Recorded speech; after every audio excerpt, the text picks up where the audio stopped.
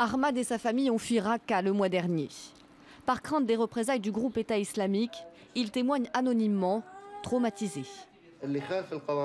Maintenant, ils exposent des corps sans tête à l'entrée des grandes rues. Ils font ça pour nous effrayer, pour nous montrer ce qui va nous arriver si on ne respecte pas leurs lois. Par exemple, s'ils vous prennent plus de 3 fois en train de fumer, ils vous amènent devant un juge. Si celui-ci se montre clément, il vous fait couper la main.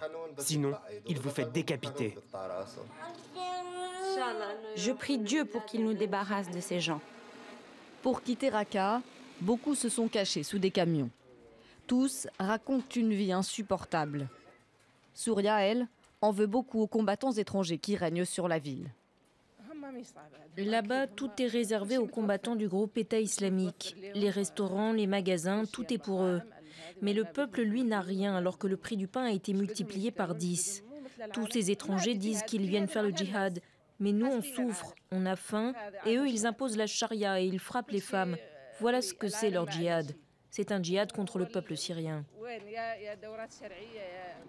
Une guerre à laquelle les djihadistes eux-mêmes tentent parfois d'échapper.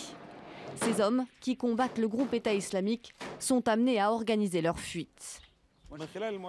D'après nos informations, de plus en plus de terroristes quittent les rangs de l'organisation État islamique après leur défaite. Chaque jour, des groupes de 20, 30 ou 40 combattants sont arrêtés à la frontière turque alors qu'ils tentent de fuir vers l'étranger. Il y a quelques jours, une Française était ici. Je suis à Raqqa depuis 1 an et en Syrie depuis 1 an et demi. Convertie à l'islam, elle avait rejoint le djihad avec son fils et son mari.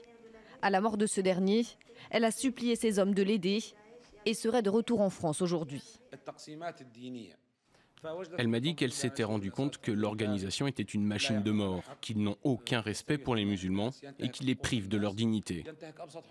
Des témoignages qui renforcent un peu plus la détermination de ces combattants, décidés à tout faire pour reprendre Raqqa au groupe État islamique.